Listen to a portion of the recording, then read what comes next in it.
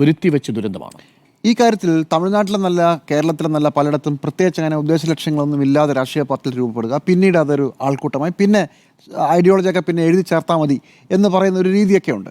അത് ആ പാർട്ടിയുടെ കാര്യം. ഇന്നത്തെ ദുരന്തത്തിൽ തമിഴ് വെട്രി കഴകത്തിന് വിജയ്ക്ക് ഉള്ള ഉത്തരവാദിത്തം പോലെ തന്നെ സംസ്ഥാന സർക്കാരിനും ഒരു വലിയ ഉത്തരവാദിത്തമുണ്ട് എന്നാണ് ഞാൻ കരുതുന്നത്. ഒരൊറ്റ ഉദാഹരണം, ഈ പരിപാടിയിൽ 60,000-ന് മുകളിൽ ആളുണ്ടാകുമെന്നാണ് ഇപ്പോൾ നമുക്ക് മനസ്സിലാകുന്നത്.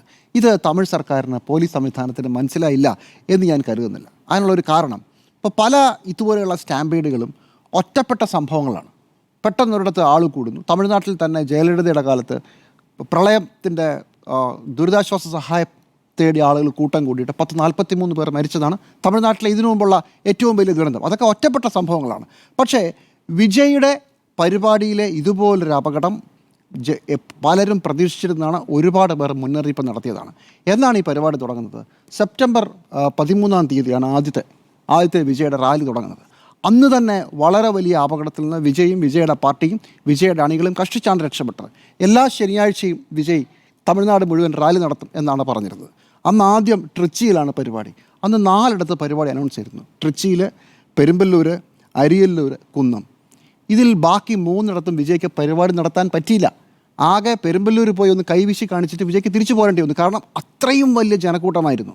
ട്രിച്ചിയിൽ വിമാനം ഇറങ്ങുന്നു. ട്രിച്ചിയിലെ പരിപാടി നടക്കുമ്പോഴേക്കും സമയം വൈകുന്നേരമായി. പെരുമ്പല്ലൂരെത്തി ബാക്കി 2 പോകാതെ വിജയ് തിരിച്ചു പോവുകയാണ് ചെയ്തത്. അതിനുശേഷം സെപ്റ്റംബർ 20-ാം തീയതി തിരുവാതിരൂരും നാഗപട്ടണത്തുമാണ് പരിപാടി നടന്നത്. അന്നും ഇതുപോലെ തന്നെ ജനം തടിച്ചു കൂടിയിട്ടുണ്ടായിരുന്നു. ഇപ്പോൾ ഈ വാർത്തകൾ പരിശോധിക്കുമ്പോൾ ദ ഫെഡറൽ എന്ന് പറയുന്ന ഓൺലൈൻ മാഗസീൻ്റെ ക്യാമറമാൻ കരുണാകരൻ എഴുതിയ ബി കരുണാകരൻ എഴുതിയ ഒരു പീസ് വായിക്കുകയായിരുന്നു. അദ്ദേഹം ഈ സ്ഥലങ്ങളെല്ലാം കവർ ചെയ്തിട്ടുണ്ട്. അവിടെ എല്ലായിടത്തും ജനങ്ങൾ തിക്കി തിരക്കി, വെള്ളം കിട്ടാതെ തല കറങ്ങി വീഴുന്ന അവസ്ഥകൾ. അദ്ദേഹത്തിന് തന്നെ ജോലി ചെയ്യാൻ വല്ലാതെ ബുദ്ധിമുട്ടുന്ന, കൂടെ കൊണ്ടുവന്ന വെള്ളമൊക്കെ ഈ കറങ്ങി വീണ മനുഷ്യനെ കൊടുക്കുന്ന കാഴ്ച. അതുപോലെ തന്നെ കുട്ടികളെയും എടുത്തുകൊണ്ട് അമ്മമാർ വന്ന് നിൽക്കുന്നതിൻ്റെ സ്ഥിതി, ഇതെല്ലാം അദ്ദേഹം അവിടെ കണ്ടതിൻ്റെ കാര്യങ്ങൾ വിവരിക്കുകയാണ്. ഇനി ഇത് ഇവിടെ മാത്രമല്ല, വിജയുടെ ജാഥ തുടങ്ങുന്നത് എവിടെ നിന്നാണ്? അത് 2024 ഈ പരിപാടി സ്റ്റാർട്ട് ചെയ്യുകയാണ്. അതായത് വില്ലുപുരത്താണ് സ്റ്റാർട്ട് ചെയ്തത് 2024.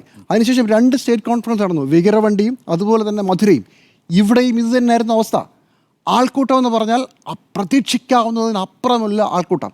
അപ്പോൾ ഇതുവരെയുള്ള 5 പരിപാടികൾ, ഇതിനു മുമ്പ് നടന്ന വില്ലുപുരത്തെ പ്രധാനപ്പെട്ട പരിപാടി, 2 സ്റ്റേറ്റ് കോൺഫറൻസുകൾ, അങ്ങനെ നമ്മുടെ അറിവിൽ തന്നെ 7 എണ്ണമുണ്ട്.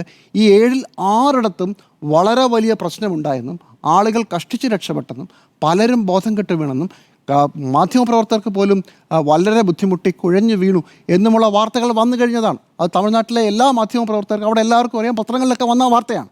അങ്ങനെ ഇരിക്കെ ഈ പരിപാടി നടക്കുമ്പോൾ ഇതിങ്ങനൊരു സ്ഥലത്ത് നടത്തണം എന്ന് തീരുമാനിച്ചത് എങ്ങനെയാണ്?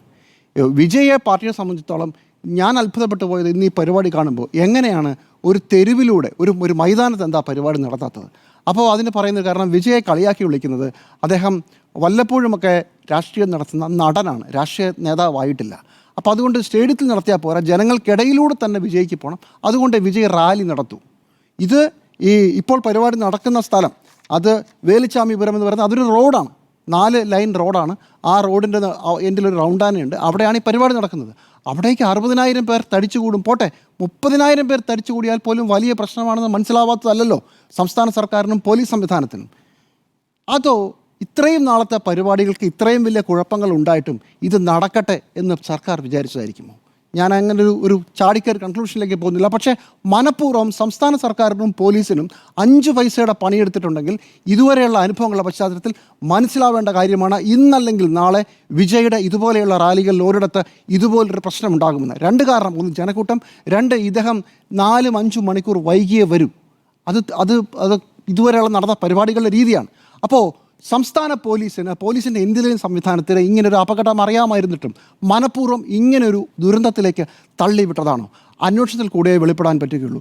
ഇന്ന് രാവിലെ ഈ പരിപാടി നടക്കുമ്പോൾ, ശനിയാഴ്ച രാവിലെ പരിപാടി നടക്കുന്ന സ്ഥലം, അത് ആദ്യം നടക്കുന്നത് നമ്മൾ ഈ പറയുന്ന സ്ഥലത്തല്ല, നാമക്കലിലാണ്.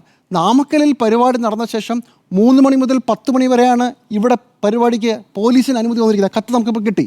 പക്ഷേ സോഷ്യൽ മീഡിയയിൽ മുഴുവൻ നിങ്ങളെടുത്ത് നോക്കിയാൽ തമിഴക വെട്രി കഴകത്തിൻ്റെ ട്വിറ്ററിൽ അവർ വന്ന പരിപാടി 12 മണിക്ക് തുടങ്ങുന്ന, 12 മണിക്ക് തുടങ്ങുമെന്ന് ട്വിറ്ററിൽ പറയുക, പോലീസിനോട് 3 മണി മുതൽ 10 മണി വരെ അനുവാദം ചോദിക്കുക, 12 മണി എന്ന് വിചാരിച്ച് ജനം രാവിലെ 6 മണി മുതൽ വന്ന് നിൽക്കുക.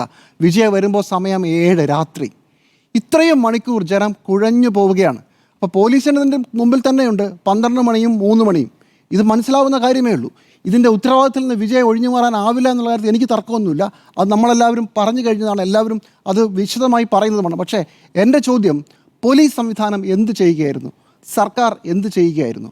കഴിഞ്ഞ കുറേ നാളുകളായി ഓരോ ശനിയാഴ്ചയും ഇതുപോലെയുള്ള അപകടത്തിൽ നിന്ന് തമിഴ് മക്കൾ കഷ്ടിച്ച് രക്ഷപ്പെട്ടുകൊണ്ടിരിക്കുന്ന നിരവധി സംഭവങ്ങൾ ഉണ്ടായതിനു ശേഷം എങ്ങനെ തമിഴ്നാട്ടിൽ ഈ 2 സ്ഥലത്ത് ഇന്ന് രാവിലത്തെ നടന്ന ശനിയാഴ്ച രാവിലെ നടന്ന ചടങ്ങിലും പരിപാടിയിലും വളരെ വലിയ ആൾക്കൂട്ടമായിരുന്നു. അതിനുശേഷം വിജയുടെ പുറകെ ആളുകൾ ഫോളോ ചെയ്ത് വന്നു എന്നാണ് പറയുന്നത് പുതിയ സ്ഥലത്തേക്ക്. അപ്പോൾ നാമക്കലിൽ പരിപാടി കഴിഞ്ഞിട്ട് തിരിച്ച് ഇയാൾ ഇങ്ങോട്ടേക്ക് വരുമ്പോൾ ഇത് ഉറപ്പായിരുന്നു പോലീസ് സംവിധാനത്തിൻ്റെ വീഴ്ച കൂടിയാണ് ഈ അപകടത്തിലേക്ക് തള്ളിവിട്ടത്. നോക്കൂ, അത് കഴിഞ്ഞുള്ള രാഷ്ട്രീയം നോക്കൂ. എനിക്കതാണ് പിന്നെയും സംശയം വരുന്നത്. വിജയ്ക്കെതിരെ കേസില്ല, വിജയ്ക്കെതിരെ BJP ഒരു അക്ഷരം മിണ്ടുന്നില്ല. എല്ലാവർക്കും വിജയെ വേണം. വിജയുടെ പത്തി താഴ്ത്തി വിജയെ കൂടെ കൂട്ടാനോ വിജയെ രാഷ്ട്രീയമായി നിഷ്പ്രഭമാക്കാനോ ഉള്ള ഒരു വലിയ തന്ത്രമാണോ DMK കളിച്ചത്? ഈ ഒരു അവസരം മുതലാക്കി BJP വിജയുടെ പാർട്ടിയെ കൂടെ കൂട്ടാൻ ശ്രമിക്കുകയാണോ? നമുക്കറിയാം, രാഷ്ട്രീയം അത്ര ലളിതമായൊരു കാര്യമില്ല. പെട്ടെന്ന് നോക്കുമ്പോൾ ഒരു അപകടമുണ്ടായി, വിജയ് ഓടിപ്പോയി, വിജയ്ക്ക് വേറെ വഴിയില്ല. പക്ഷേ അതിന് പിന്നിൽ എന്തൊക്കെ കളികൾ നടക്കുമെന്നുള്ളത് ഒരുപക്ഷെ നമ്മൾ ഒരിക്കലും അറിയില്ല, അല്ലെങ്കിൽ കുറച്ച് കഴിയുമ്പോൾ അത് പുറത്തു വരും. അതാണ് എൻ്റെ സംശയം. വിജയ്ക്കൊപ്പം DMK സർക്കാരിനും പോലീസിനും വളരെ വലിയ ഉത്തരവാദിത്തമുള്ള സ്റ്റേറ്റ് സ്പോൺസേഡ് കുരുതിയാണെന്ന് ഞാൻ സംശയിക്കുന്നു.